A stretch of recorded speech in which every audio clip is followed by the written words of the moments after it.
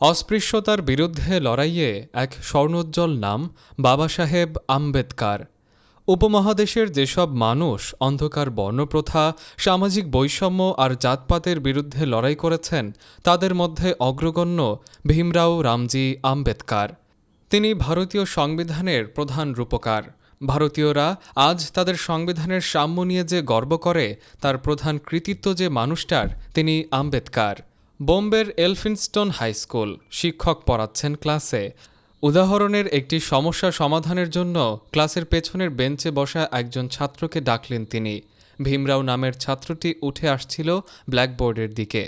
মুহূর্তের মধ্যে যেন পুরো ক্লাসে হুড়োহুড়ি শুরু হয়ে গেল। অন্যান্য ছাত্ররা তাদের টিফিন বক্স রাখত ব্ল্যাকবোর্ডের পেছনে। ভীমরাও ব্ল্যাকবোর্ডের কাছে আসার আগেই সবাই তাড়াহুড়ো করে নিজেদের টিফিন বক্স সরাতে লাগলো, কারণ ভীমরাও কাছাকাছি আসলে যে তাদের খাবার অপবিত্র হয়ে যাবে। কি প্রচণ্ড ঘৃণা! কেন?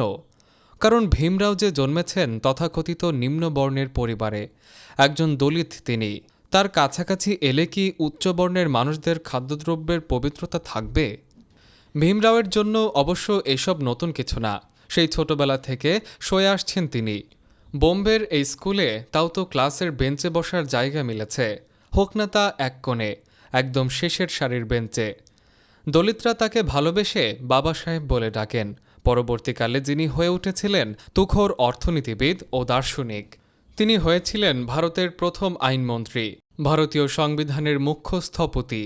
তবে সবচেয়ে আগে তার যে পরিচয়টি দেওয়া দরকার, তা হল বর্ণবৈষম্য বিরোধী আন্দোলনের অন্যতম পুরোধা ব্যক্তিত্ব। 1990 সালে ভারতের সর্বোচ্চ বেসামরিক উপাধি ভারতরত্নতে ভূষিত করা হয় তাকে। বর্ণবৈষম্যের বিরুদ্ধে লড়াই করতে যিনি লক্ষ মানুষ নিয়ে হিন্দু ধর্ম ত্যাগ করে গ্রহণ করেছিলেন বৌদ্ধ ধর্ম, ভারতীয় সংবিধানকে যিনি একক লড়াইয়ে করে তুলেছিলেন ধর্মনিরপেক্ষ, ভারতকে বানিয়েছিলেন বিশ্বের বৃহত্তম প্রজাতন্ত্র। আম্বেদকরের অনুপ্রেরণায় এখনও দলিতরা তাদের অধিকার আদায়ে সোচ্চার। তার গোটা জীবনই যেন এক প্রেরণার বাতিঘর।